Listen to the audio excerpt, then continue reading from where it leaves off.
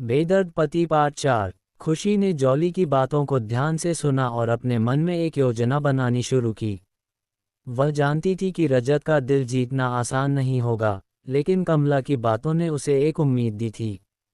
उसने ठान लिया कि वह छोटे छोटे कदमों से इस घर और रजत के जीवन में बदलाव लाएगी। पहला कदम अगली सुबह। खुशी जल्दी उठी।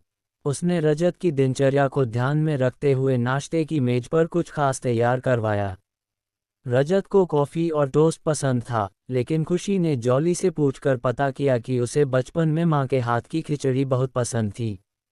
उसने खुद किचन में जाकर एक साधारण लेकिन स्वादिष्ट खिचड़ी बनाई और उसे रजत के लिए सर्व किया। जब रजत नाश्ते के लिए आया, उसने खिचड़ी को देखकर भौहें सिकोड़ी। ये क्या है? उसने ठंडे लहजे में पूछा। खुशी ने हल्का सा मुस्कुराते हुए कहा, बस कुछ अलग ट्राई किया। अगर पसंद न आए तो छोड़ दीजिए। रजत ने कुछ नहीं कहा। उसने चम्मच उठाया और एक कौर खाया। खुशी ने गौर किया कि उसका चेहरा थोड़ा नर्म पड़ा, जैसे कोई पुरानी याद ताज़ा हो गई हो। लेकिन उसने कोई टिप्पणी नहीं की और चुपचाप खाना खाकर ऑफिस चला गया। जॉली ने रसोई में आकर खुशी से कहा, मैम, मालिक ने खिचड़ी खा ली। वो आमतौर पर कुछ नया नहीं खाते।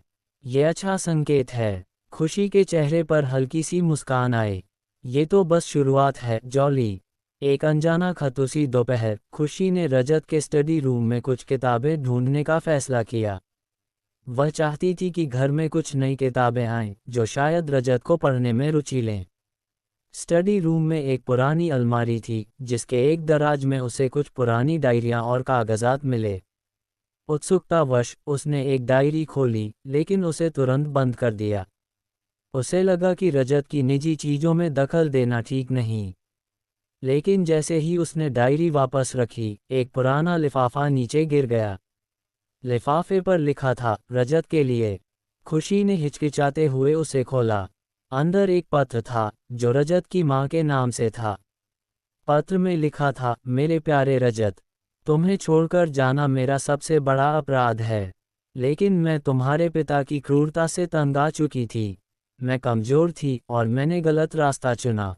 तुम शायद मुझे कभी माफ़ न करो, लेकिन मैं चाहती हूँ कि तुम अपने दिल को इतना सख्त न करो।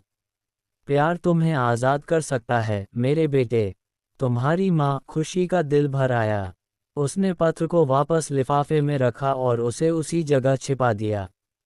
इस पत्र ने रजत के दर्द को और गहराई से समझने में उसकी मदद की। उसे लगा कि रजत का गुस्सा और ठंडापन सिर्फ एक ढाल है, जिसके पीछे एक टूटा हुआ बच्चा छिपा है। जॉली की सलाह। उस शाम खुशी ने जॉली को ये बात बताई। जॉली ने गंभीर होकर कहा, मैम, मालिक को ये पत्र कभी नहीं मिला। अगर उन्हें पता चले कि उनकी माँ ने उनके लिए कुछ लिखा था, तो शायद उनका गुस्सा और बढ़ जाए। लेकिन अगर सही वक्त पर उन्हें ये दिखाया जाए, तो शायद वो अपने अतीत से मुक्ति पा लें। खुशी ने पूछा, लेकिन वो सही वक्त कब होगा? जॉली ने मुस्कुराते हुए कहा, जब उन्हें लगेगा कि वो आप पर भरोसा कर सकते हैं।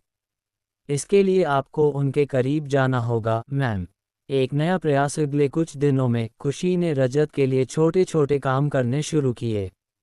उसने उनके ऑफिस के लिए एक नया पेन स्टैंड खरीदा, उनकी पसंदीदा किताबों को स्टडी रूम में व्यवस्थित किया और हर रात खाने की मेज पर उनकी पसंद का एक व्यंजन जरूर रखवाया। रजत ने इन बदलावों पर कोई खास प्रतिक्रिया नहीं दी, लेकिन खुशी ने गौर किया कि वह अब पहले जितना रूखा नहीं बोलता था। एक रात जब रजत देर से ऑफिस से लौटा, उसने देखा कि स्टडी रूम में एक छोटा सा लैंप जल रहा था और मेज पर एक कप गर्म चाय रखा था। खुशी वहां किताब पढ़ रही थी।